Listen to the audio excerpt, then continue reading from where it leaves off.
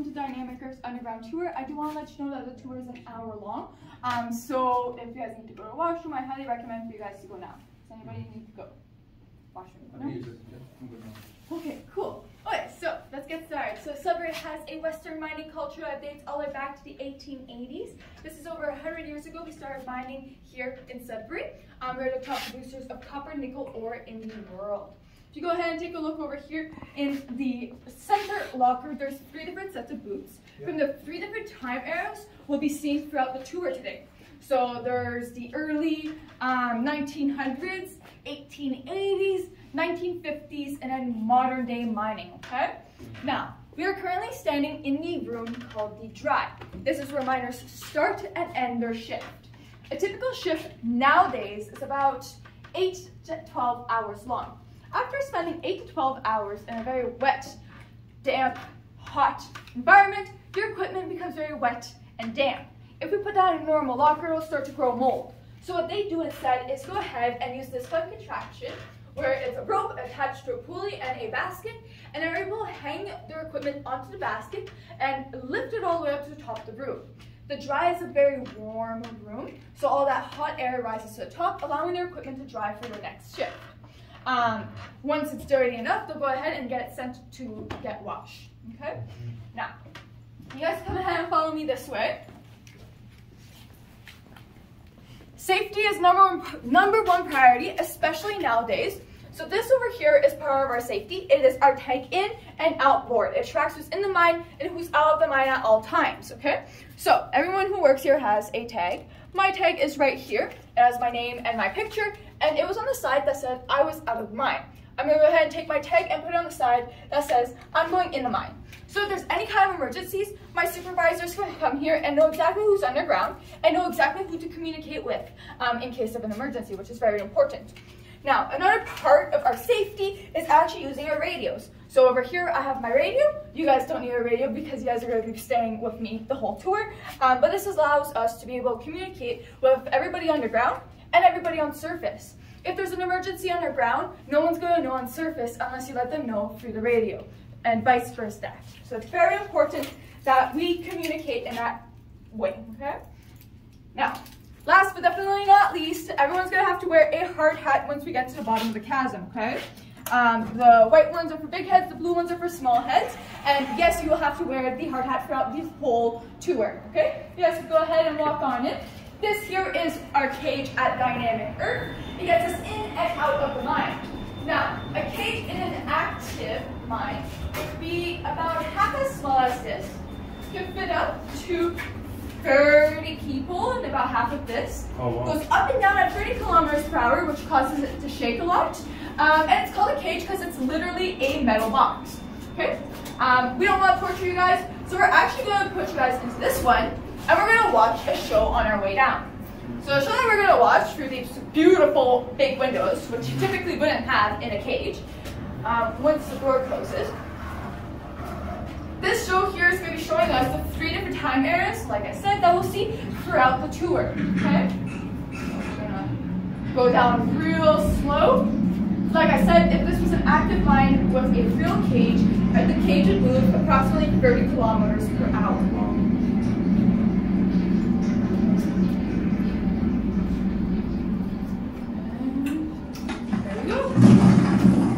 So the first clip you're going to see is going to be from 1918. It is the oldest videos we can find on Western mining here in Sudbury.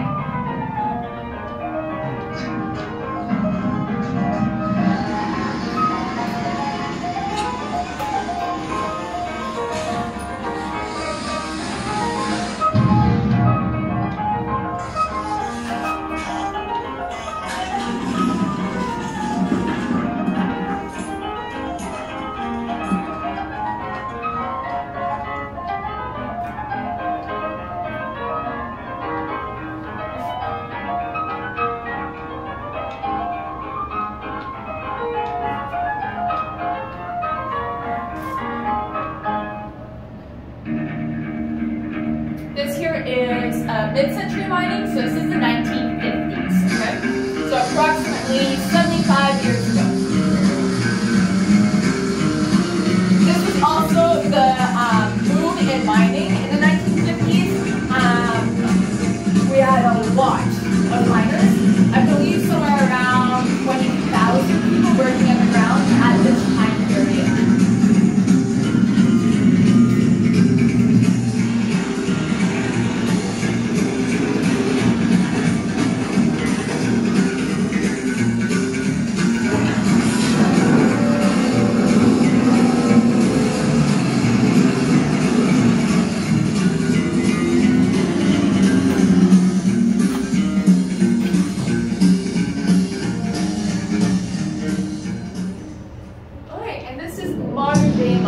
So if you know someone that lives in Sudbury and works in the mines here in Sudbury, this is what their day-to-day work life looks like.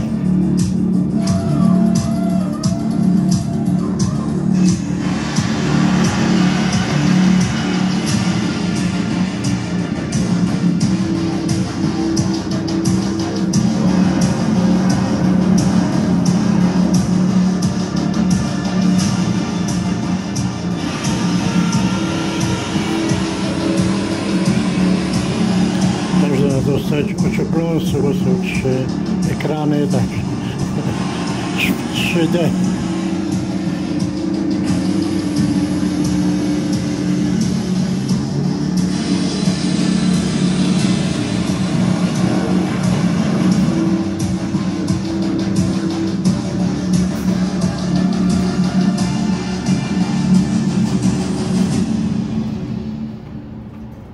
Okay, so our mine here at Dynamic Earth goes approximately 70 feet down.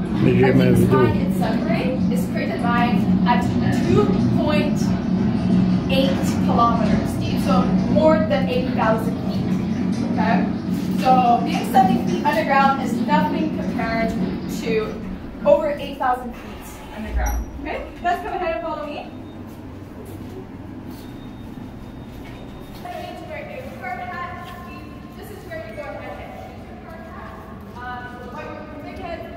Small heads, and behind on the head, mine design. When we want to go ahead and open the mine here in Sudbury, the first thing we have to do is go ahead and ore body. Our ore body is where we're going to find all of our rocks and metals that are worth lots of money, okay? So here in Sudbury, we mostly mine for copper and nickel, so those are precious metals. So we find ore bodies that have lots of copper and nickel in it. Once you're done finding your ore body that has at least 3% of precious metals in it, you can go ahead and start to sink your shaft, right here. We're currently standing in our shaft here at Dynamic Earth. Typically, it would be about half of this size. Once you're done sinking your shaft, you go ahead and insert your cage and your skip. Your cage is an elevator for humans, and then your skip is an elevator for equipment and ore, okay? So, once you're done doing that, you can go ahead and start to dig out your drifts. Those are horizontal tunnels that go through the ore body. Here, you get all your ore, and then you have to go ahead and bring all of your ore back to the surface. So, that's when we use a skip. We go ahead and take our ore back over here. This is our loading dock of the skip. We put all the ore onto the skip, and it gets brought back to the surface. Once we're done making this drift here, we can start working on another drift, which would be the one on top. The reason why is because we work from the bottom and work our way up. Once we are done grabbing all of our ore up here, we send it through an ore chute. There's a tunnel that goes up and down, and we use gravity to go ahead and bring all of our ore to the lowest level. That's when we go ahead and put it onto the skip, bring it back to the surface, so on and so forth. Okay? So there's only one loading dock for the skip, so all the ore has to get to that spot using gravity. There you go. You guys come your head and follow me.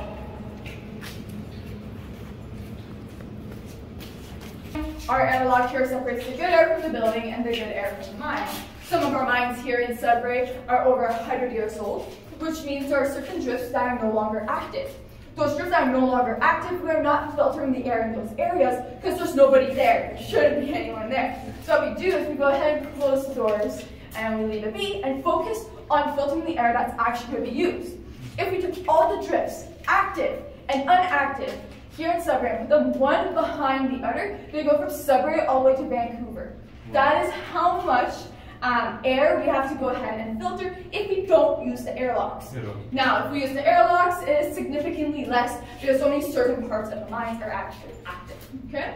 If we go ahead and take a look up here, there's a digital display of the humidity and the CO2. The humidity is at 48.4%. That is normal. I've seen it at 40 and I've seen it at 100. It's always changing, okay? The CO2 is at 0.0, which is perfect. So let's go ahead and follow me into our main bed.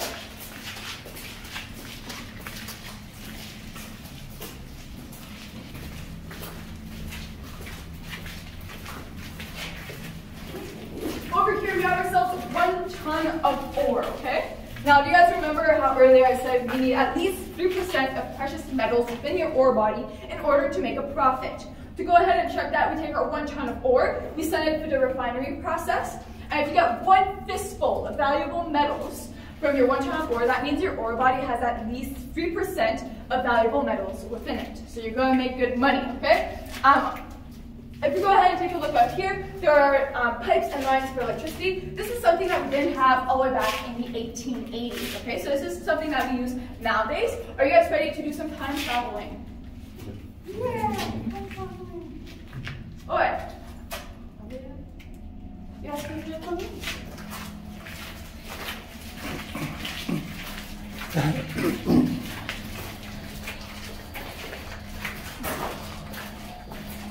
So on our way in, we can say hi to Bob.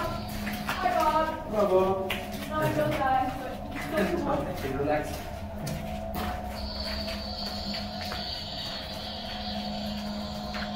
Alright, so this one here is the entrance of the mine all the way back in the 1880s when we first started Western mining here in Sudbury, okay? You probably noticed that Bob over there is holding an axe, okay? The reason why he's holding an axe is because at this time period, what they would do, they would go ahead and use these logs that came directly from the forest here in Sudbury to go ahead and stabilize the drift. So somebody was out in the forest cutting down the logs to stabilize our drifts, okay?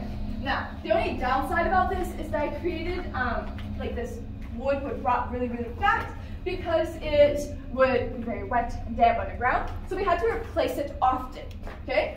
So most of the drifts back then were actually about half of this size. Just big enough for you to crawl in and out. Those drifts there were considered to be self-stable, so they didn't add anything to stabilize it. You just went in, grabbed your ore, and crawled back out. Back then there was no electricity, so we had to use candles. The thing with candles, you turn too fast, your light goes out. Now you're stuck in the complete darkness trying to relight your candle, which is a very difficult task. Now you want to make sure you have enough candles for your whole shift. Typical shift back then was 12 hours long. Okay? If you ran out of candles halfway through your shift, you were stuck underground until somebody willingly came and got you. The reason why I say that is because you have to buy your own candles from your own money. Big mining companies did not supply their candles to their miners. Okay? At this time period, 13-year-olds were allowed to work underground, so lots of fathers would bring their sons to work to bring an extra paycheck to the household. Okay? Now we're going to be heading through, so please watch your heads, okay? It is fairly low, so make sure you duck about 7 times. Okay? Come on in. Niestety już walnąłem tym hełmem. So, all the way back in the 1880s, there are many different jobs within the mining sector, but without the 3 most important ones, nothing can happen. And that is our full-fledged miner, our laborer, and our driller. So, they all work 12-hour shifts, 7 days a week. Over here with the chisel and the hammer, this is our driller. They're the ones that drill the hole into the rock face to go ahead and break that rock off the rock face, okay? Now, they made $2.20 per day, okay? Next to that, our ore would go ahead and fall onto the ground after our driller would go ahead and break it off. So now we have to go ahead and break it up into smaller pieces to make it more manageable. So this was the job of our full-fledged miner. What they would do, they go ahead and break those big pieces of ore into smaller pieces, and they made $2 per day, okay? Keep in mind, this is all the way back in the 1880s. If we go ahead and take a look over here, once all of our ore has been broken up into small enough, more manageable pieces by our full-fledged miner, we could go ahead and have our laborer that will go ahead and shovel all the ore into the ore cart and push the ore cart to the other side of the drift where we find the top of the ore chute, send all that ore down the ore chute to the skip. Okay? Now, I have a TV there. Oh, okay. Is it gonna work? Yeah, okay, good. So this over here is a video that was filmed by the, oh boy, I forgot. That's all right. So it was filmed in in 1918, and it was filmed by the Montnickel, that's what it is, Montnickel Company. You'll notice that there are no girls. Girls are considered to be unfit for the job and unlucky, okay? So they're considered to be bad luck. This is also a transitional period in between candles and cap lamps. These cap lamps here created a little flame in it, which would allow them to move really fast without it going out, and would last their whole shift. This right here is one of the drifts that was just big enough for you to crawl in and out on your hands and knees. This drift here was considered to be self-stable, so they didn't add anything to stabilize it. Now, if you go ahead and take a look over here, we have ourselves our shared pneumatic drill. Our shared pneumatic drill is one of the first pneumatic drills here in Sudbury.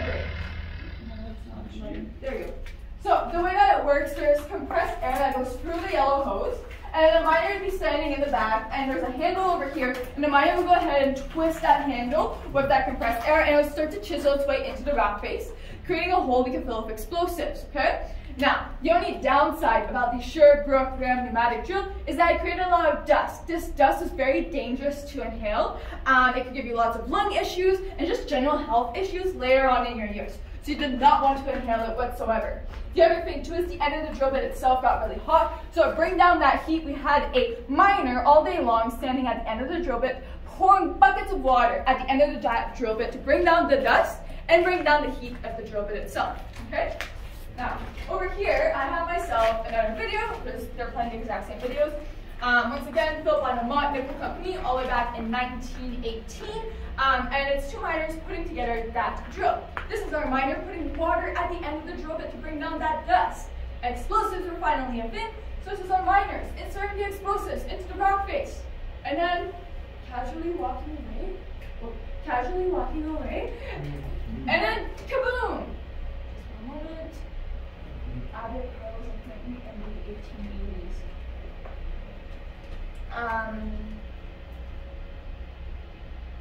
Sorry, my supervisor stopped. 10-4 got that. Okay, so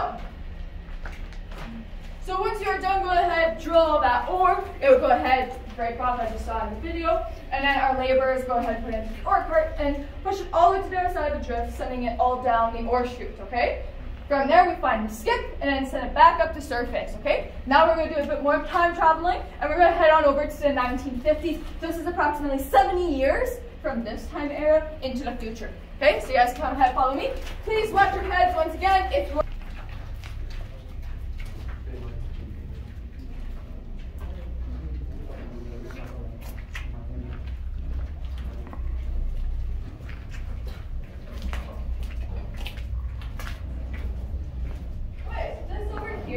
is the 1950s, okay? In the 1950s, quite a few things have changed. Number one, 13-year-olds are no longer allowed to work underground. You need to be 18, which is the legal age to be an adult here in Canada.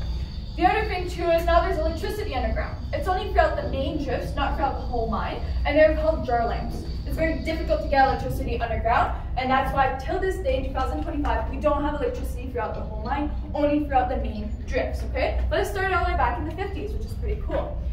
In the late 40s, miners started to get unionized, so they started to get a better pay, and they got themselves a weekend, okay? So they used to work 7 days a week. Now they work 8-hour shifts, 5 days a week, which is pretty nice. And they get paid $2.22 per hour. And like I said, they work 8-hour shifts, which is a lot more than before when they were making $2 a day.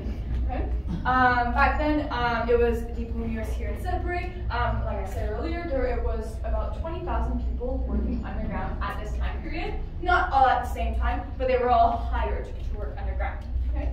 Now we're going to be heading on to the other side of our doors over here. You'll notice that this drift here in the 50s looks quite different than it used to all the way back in the 80s.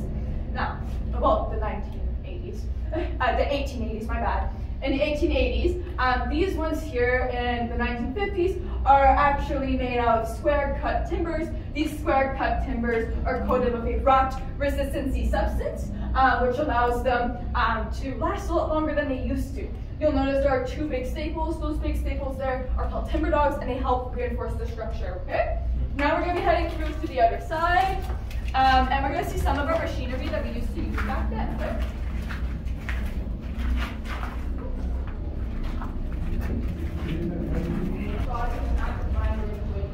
To wear masks or something like that, but for the most part, it is fairly safe. Now, if you work with different kinds of mines, though, coal mines need to have proper like masks and stuff, because it's coal mine thing. But because here we mine copper and nickel, there's not as much of like a side effect or like a danger. But you can if you want. You guys can also go ahead and take a seat if you'd like.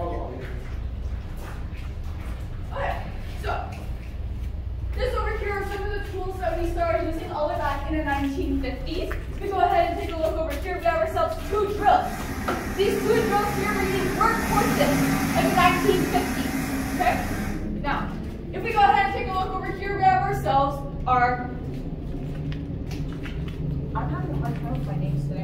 sorry.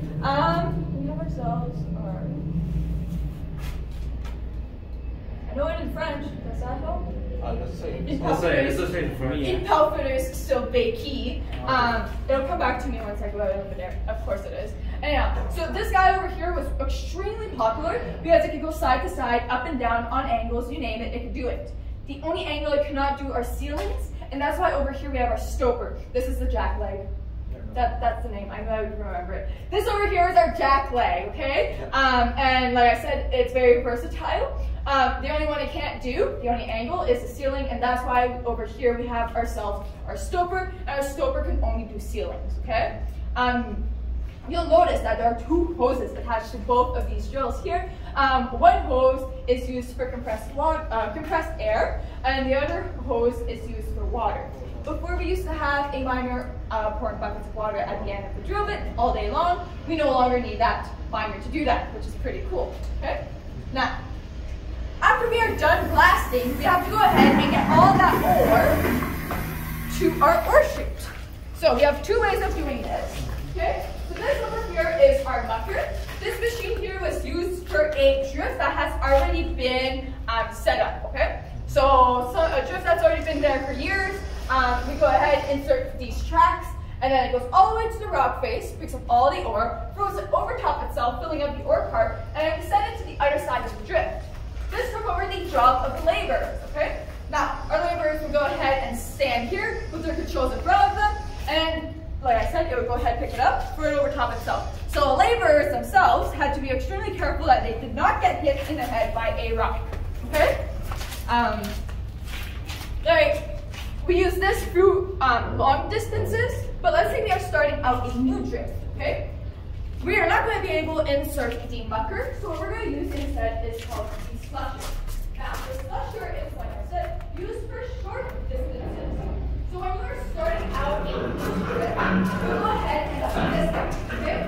So it's basically, there's the motor, there's ropes, there's pulleys, and it's basically a big grate that brings all the ore from the rock face to the top of the ore chute, which is right here. Once there is enough room to go ahead and insert the mucker, we'll go ahead and insert the mucker, okay? But till then, we use the slusher. We don't want to use the slusher for long periods of time because it is not good for the ground. It is breaking that ore on the ground, which is really bad for long periods of time. The other thing too is that some drifts can get extremely long. So eventually we would run out of rope for the pulleys, okay? Now we're going to head on over to our blast space.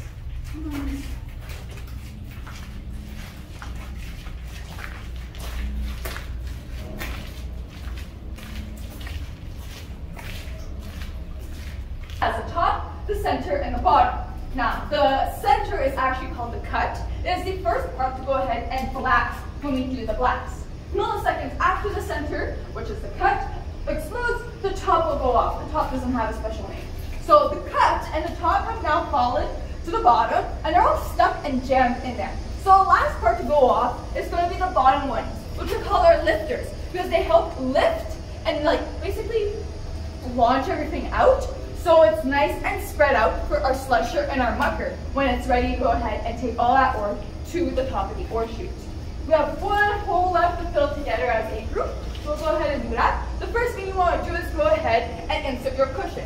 Your cushion, what it does, it goes to the back of the rock face and will absorb any of the extra vibrations that doesn't necessarily need to be there. We don't want to damage our next rock face. So we go ahead and insert the cushion. Now we'll go ahead and insert our primer. Our primer is the explosive. When a spark or something hot primer, it'll go ahead and explode. Okay? So you gotta be really careful to go ahead and handle it. So go ahead, insert the primer. Now it's right at the entrance of the hole, which is not good. You want to send it all the way to the back of the rock face. We go ahead and use this stick right here, and we'll go ahead and push it all the way to the back. You'll notice that the stick is made out of wood. The reason why is because wood and rock typically don't create sparks. I'd be concerned if it did. If it was a metal stick, it could potentially create a spark in the hole, laying off the explosives while we're standing here, and we don't want that. Last but definitely not least is we want to go ahead and seal the hole. So when we do the blast, we don't want the explosives kind of flying back out and exploding like a torpedo out here. So what we do instead is go ahead and take some of this clay, and we seal that hole just like so. There you go.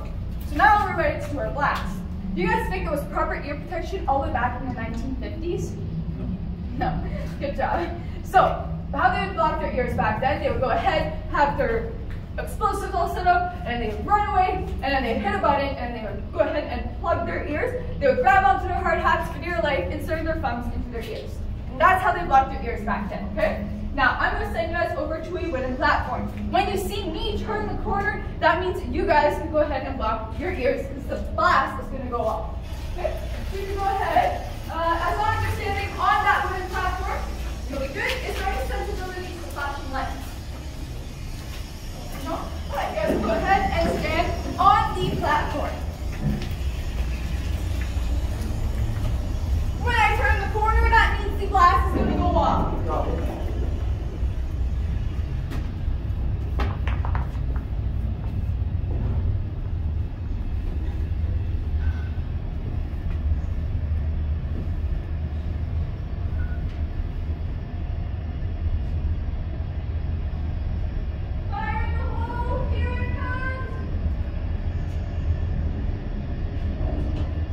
Mówiłem, że raz wysadził pani.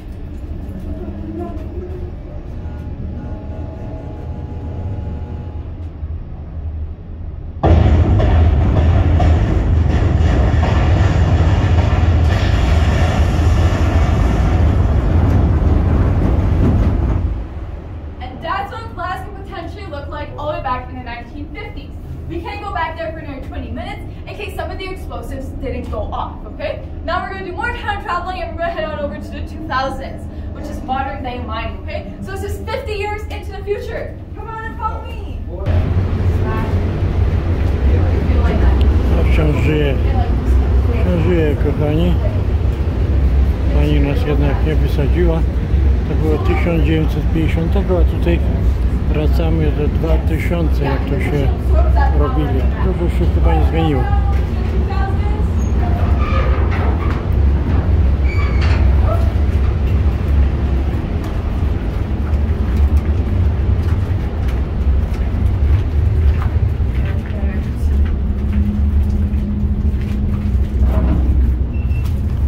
Lata 2000.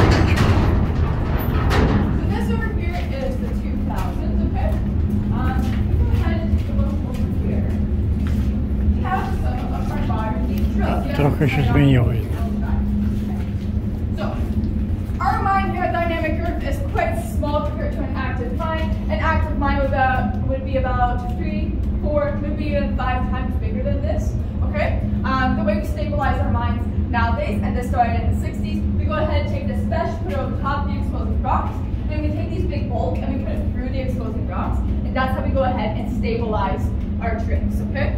Now, because our joists here at Dynamic Earth are quite small compared to a typical mine, we're not able to fit the full piece of machinery.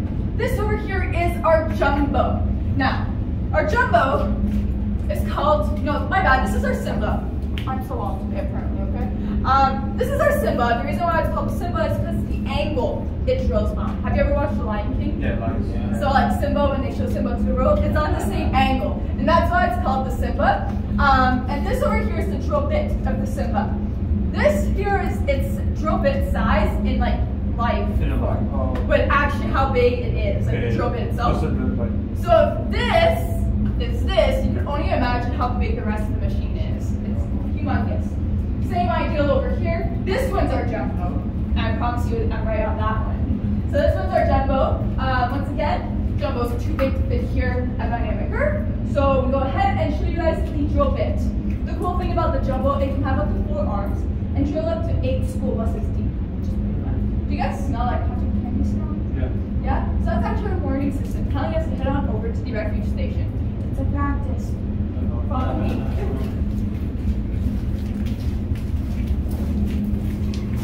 Okay, so you guys go ahead, walk on it. You guys can go ahead and take a seat wherever you'd like.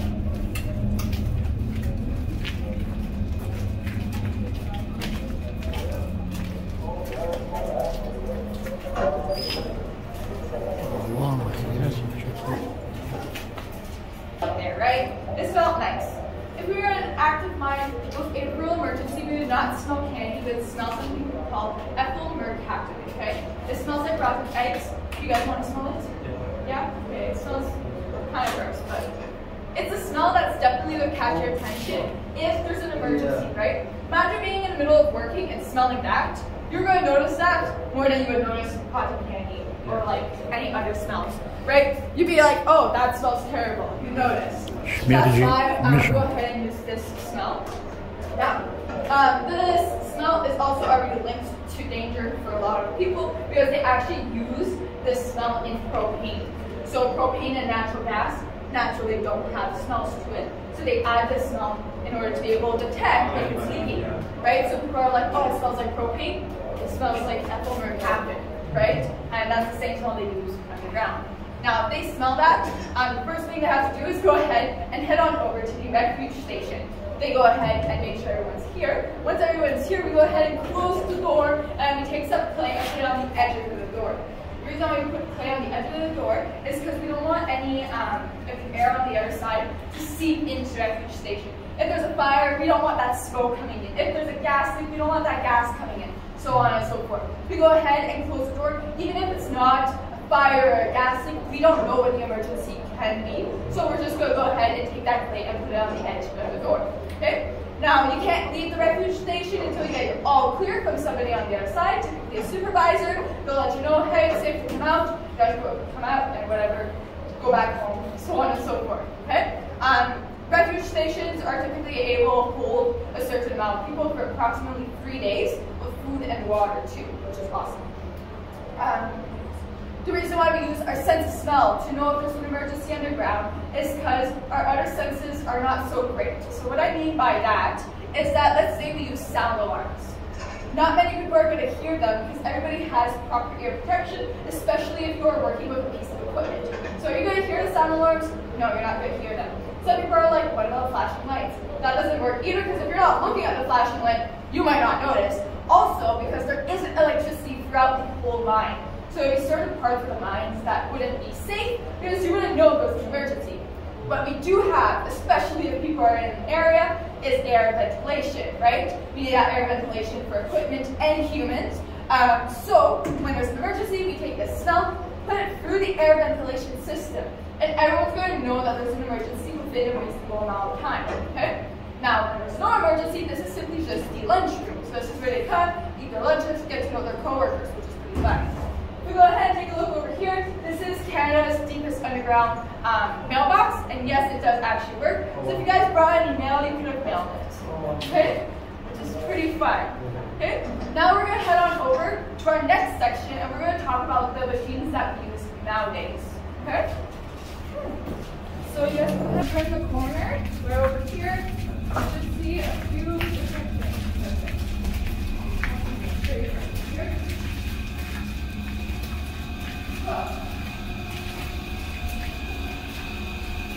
This over here is our rock breaker and our grizzly, okay? The rock breaker and the grizzly is the top of the ocean of nowadays. All the way back in the early 1900s and the 1880s, there were many different blockages in our oceans, and that stopped production, okay? So, in order to avoid blockages, nowadays, we go ahead and take our grizzly, put it over top the oceans. When we send all our ore down the ocean, it goes ahead and filters out the big pieces that can create blockages. Those big pieces get stuck on the grizzly, and then the rock breaker will go ahead and break it up into smaller pieces, okay? Now, sometimes we still do get blockages. If we get blockages, we either use compressed air or compressed water to go ahead and dislodge that blockage out of the oceans. The other thing too, nowadays we are careful and we want everyone to go home safely, so we make sure to evacuate the water from the ocean, evacuate the top of the ocean before we dislodge all of the ore. Okay? Now, if we go ahead and take a look behind me, we have ourselves our scoop. Our scoop is pretty cool because it can be remote controlled from underground or from surface. When you control it from underground, it needs to be from a safe distance underground. The reason why is because our scoop is like a robot, okay? After we do a blast, all our ore has fallen to the ground. Our ore has fallen to the ground. Do you think it's safe to send a human in there? No, because it's not been stabilized. It stabilize it until we get all the ore out. So what we do is we use the scoop by remote control from a safe distance away. Go ahead and take all of that ore out. If the roof collapses, it's not the end of the rope, it's a machine, you can buy a new machine, okay? We don't want anyone in there just in case the roof does collapse, okay? Now, once you're done taking all of that ore out, you have a team of people, and they're called bolters. And they're the ones that stabilize the drifts, okay? So they're highly trained on exactly how to do that safely. They know not to go into unsafe areas, so on and so forth. Once the drift is fully stabilized, you can go in and out as you want. Okay, does that make sense? Awesome. Now, it's hard to see right now, but this over here is our raised bore drill. What it does, it creates tunnels in between our drifts. In just a moment, I will put a light on it. It's just, the video is a little too fast for me. So there's the green part and there's the red part, okay? When we want to drill a tunnel in between our drifts, we go ahead and take the green part, drill it from the top drift all the way to the bottom drift. Once the green part gets to the bottom drift, we attach the red part to the green part. That green part's going to bring back up the red part as it's turning, creating this perfect tunnel in between the two drifts. These can come in many different sizes. We have really small ones and really big ones too. Now, here's the light. So you can kind of see there's the green piece, there's the red piece. In just a moment, we're going to see the drill bit in action. So, like I said, this is the raised bore drill. This is the green drill bit of the drill going down from the top drift all the way to the bottom drift, okay? That right there is the red part being brought back up, creating this perfect tunnel in between the drifts. Like I said, it could be many different sizes, small, medium, large, so on and so forth. Remember that good smelling smell? You saw ourselves in jumbo. This is a jumbo in action. Like I said earlier, it can have 4 arms and drill up to 8 school buses deep. Now, 8 school buses deep is approximately 100 meters.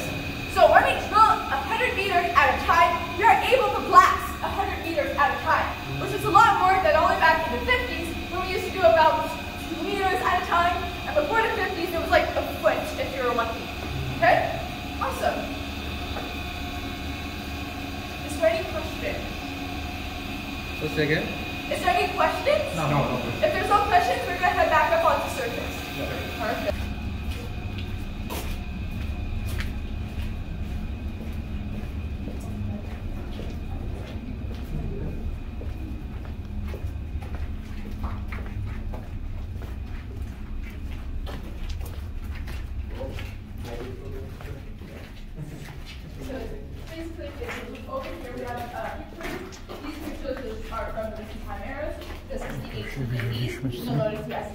Attached to his hard hat, which is not very much of a hard hat, it was just a normal hat.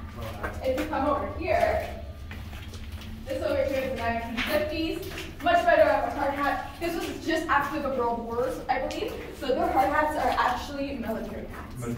Yeah, so they're really good at stopping a bullet, not so good if the rock fell on your head. It would still bring that vibration straight to you. So it wasn't the greatest, but it was a lot better than a material one, right? Also, you can see the legs, which is really cool.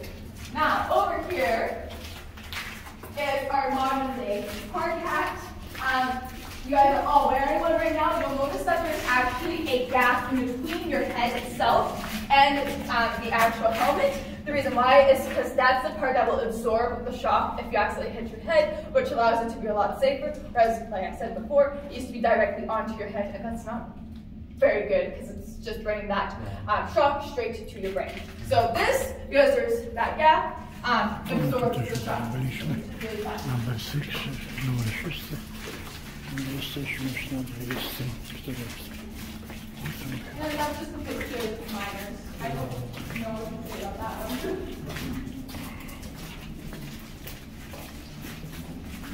To jest ciągle wilgoć.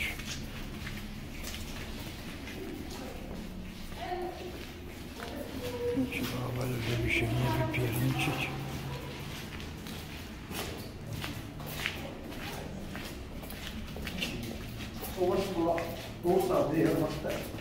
That right there is no longer part of our tour, but I can still talk about it. It is to demonstrate regreening here in Sudbury. So, long story, they are, because they stopped using it, all they were doing is taking the emissions that mine was creating and sending it to the outside of the world. That's not very nice. Right? you take your garbage, send it to your neighbors. Not cool. So we actually shut it down. Now we have two smaller stacks, white ones, and those filter out the conditions that are bad. And we still have the chocolate and white, which is a lot bigger than before. They stopped using it because we stopped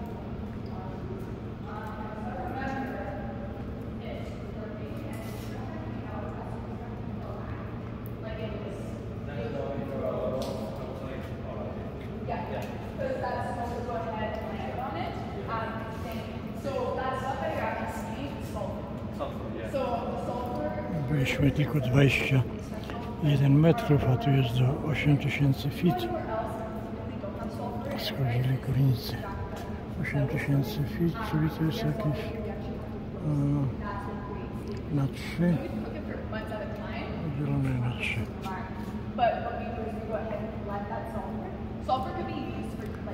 Więcej około 2000 metrów. Z ogonkiem. No nie mogę przeliczyć.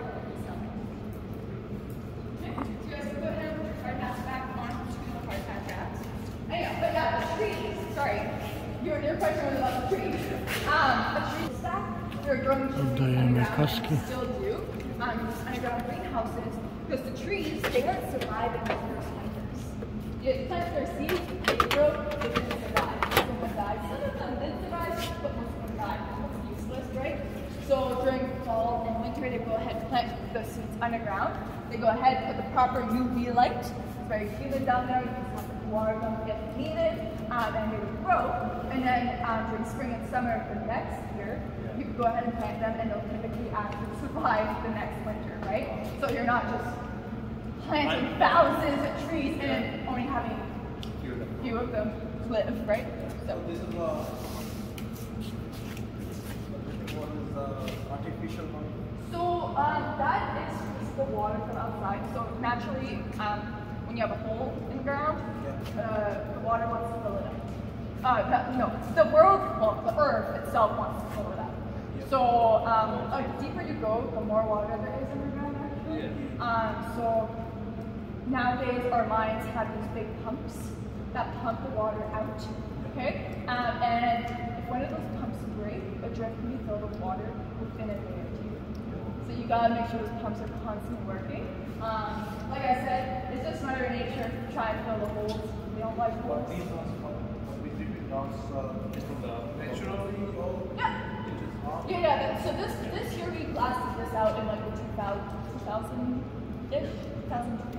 We blasted all this out, and if you look, there's a cliff up there, and that goes directly outside.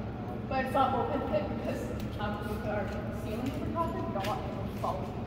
But even if in an active mine on top of the stove, you'll actually see like there's going to be a building, which is typically called the hack. Okay, and that kind of covers it, and then that's where your elevators. So these are like elevator hallways, but they're underground. Thanks to us actually caring about our environment, right? So this just shows a few things, a few pictures about it. So like you see they're testing the water, even things like making sure that the fish are happy. How many fish are in Sudbury? Is the fish reproducing like it should, so on and so forth. And then we also get to enjoy our environment. Sudbury is now pretty well known for having a wonderful scenery. If you drive around Sudbury, there's lots of trees everywhere. I said it was like that, right? So all the bigger trees that are at least more than 30 years old have been planted by humans. The smaller ones come from the bigger trees that were planted by humans. But most of the trees here are planted by humans, which is crazy to think about. Yeah. Alright, so I hope you guys enjoyed the tour. I hope you guys had fun. I hope you guys learned something new that you can bring home to your friends and families. And I hope you guys have yourselves a great day. Thank you. Thank you very much. There you go. There you go. Okay. No i tutaj shopping, czyli sklep, gdzie można pokupować różne koszulki, pamiątki z tego miejsca, związane właśnie z Sudbury, z kopalnią.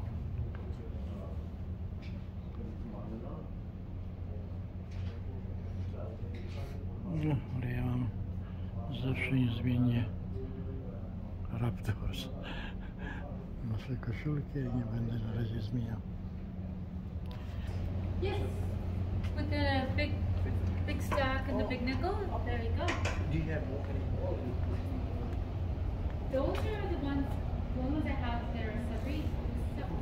Nóżka zawsze zbiera łańcuszki do samochodu. Jeszcze nie ma samochodu ani prawa jazdy, ale już się szykuje.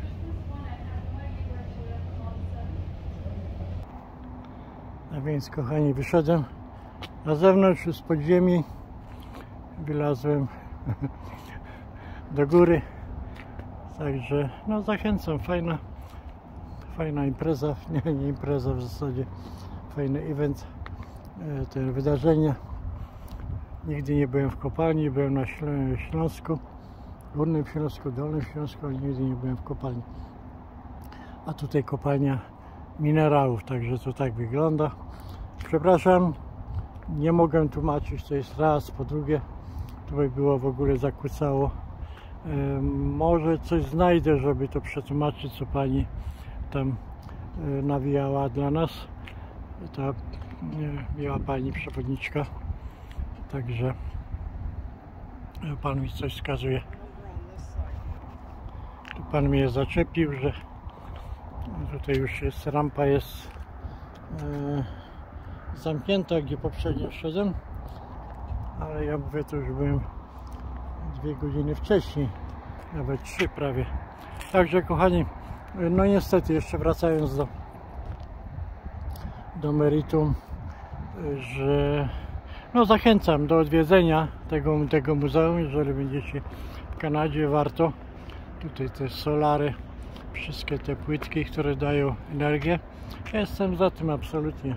Każde wykorzystanie słońca, darów natury to jest po prostu dar błogosławieństwa. Także tak samo co wspominałem, że tutaj któryś tam z obrazków, które pokazywałem, że to właśnie jest teoria, że to właśnie ci aliansi, czyli gdzieś tam przybysze z daleko walnęli tu meteoryt i tutaj dostarczyli nam te wszystkie piękne minerały, włącznie ze złotem, bo w każdym takiej nawet skale, jakby się tam to rozdrobniło i tak dalej, to można nawet złoto część wydobyć. A nawet nie wiedziałem, miałem takie fajne kamienie, jak mieszkałem tam na północy Kanady, podobne właśnie do tego, gdzie tam się wydobywał ten nikel, aluminium, nawet przebłyski, jakieś miki, tam niby złota, ale na pewno do tego potrzeba potężne koszty, żeby to wszystko po prostu przemielić i wydobyć to, co się chce.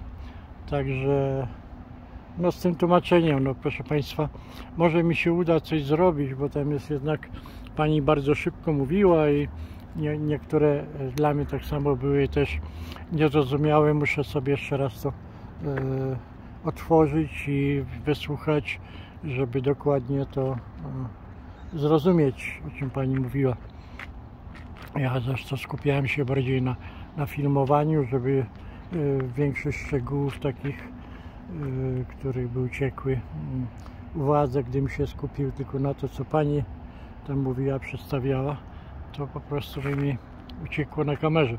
A tak jest właśnie ta technika, że jest to zanotowane, zarejestrowane na kamerze. Można w tej chwili otworzyć stop klatka, wracać, pauza i tak dalej, i tak dalej. Powiększyć obraz, zmniejszyć obraz, także to technika nam daje na to. No nic, kochani, będę kończył. Jestem w Sudbury, już zrobiłem dzisiaj jakieś 160 km. Nie, wyruszyłem gdzieś o 9:30 rano, a zachód tutaj jest o 18, a w tej chwili jest godzina 3:30. No i będę wracał, chyba że po drodze jeszcze zaczepię taki wodospad, no ale to nie wiem, czy mi się uda. Ja mam trudności, jak jest zupełna ciemność, z prowadzeniem. No w moim wieku to nie dziwota, większość chyba 75% starszych ludzi ma ten sam problem, gdzie światła oślepiają na drogach i nie chcę ryzykować jakimś wypadkiem, dlatego będę jeżeli nie, no to gdzieś złapię po drodze motel, hotel, coś w tym rodzaju, albo nawet się przedrzemie, no nie cały czas w samochodzie, to raczej nie, bo tutaj spędzić 10 godzin w samochodzie, no też do biedy można, to są rozkładane siedzenia i tak dalej od biedy, ale no chyba znajdę gdzieś coś tam po drodze. Także kochani, mam nadzieję, że się ten filmik podobał, także tam, no, żebyście poczuli ten zapach, jaki tam jest, wilgoci taki. No i prawda, my byliśmy tam chyba bodajże 21 metrów, tak jak to pokazywało, to windą się zjechało. No ale są oryginalne tam te wszystkie skały, tak jak tutaj widać. No ten wybuch taki, to tam pani się, mówiłem, że się obawiamy, to raczej nie, tą laskę dynamitu to była tak zwana fake, no nieprawdziwa. Także tylko na pewno jakoś tam internetowo to zrobili ten wybuch taki, tam się zatrzęsło cała podłoga dookoła i tak dalej. No. Chociaż pani jakby nas wysadziła, no to byśmy już w tej chwili nie rozmawiali. Kochani, wszystkiego najlepszego życzę. Nieustannie dążmy do tego, żeby uwolnić Wojtka i Marcina. W jaki sposób każdy na swoje kopyto, tak się wyrażę, niech robi. Ja robię filmikami, które drażnią tych wszystkich władców tego świata, uzurpatorów tych władców, którzy drażnią ich jak mogę, oni mnie drażnią, ale jak to Wojtek zawsze powtarzał, że bawimy się w piaskownicy wroga i to jeszcze w dodatku jego zabawkami. Także nam zabawki ukrócają, jak tylko mogą, piasek zasypują, dosmaradzają, także nie mam specjalnie tam wyświetleń, no ale to niech się roznosi.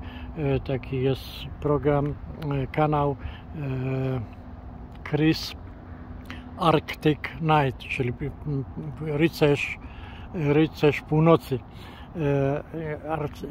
Także zachęcam na niego, bardzo ciekawie pokazuje, trochę tak w stylu Wojtka, także niech mu zwiększy się populacja. Fajnie chłopak mówi, no ale też mówi, że mu tam ukrócają zasięgi. Andy Choiński to samo, wszyscy generalnie ci, którzy są przeciwko temu systemowi. Także aha, co on, ten właśnie Chris mówił na tym kanale i to powtarza nieraz. Mówi, choćby mi ukrócili zasięg, to tylko nawet dla 5 widzów na żywo, bo często na żywo nadaję online, będę to robił w dalszym ciągu. Chyba że mi całkowicie kanał zbanują, no to wtedy nie będę. Tak samo ja, choćby był nie 5, jeden widz, proszę Państwa.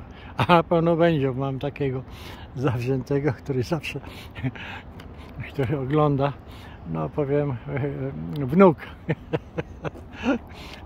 Ogląda, także nie, także przynajmniej jednego mam pewnego, proszę Państwa.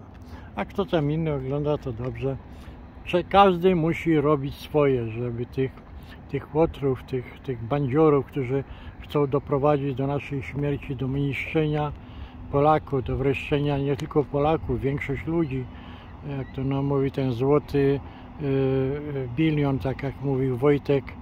Nie chcę znowu powtarzać, o co chodzi, bo raz mi zbanowali film za to tylko, co właśnie w tej chwili mówię.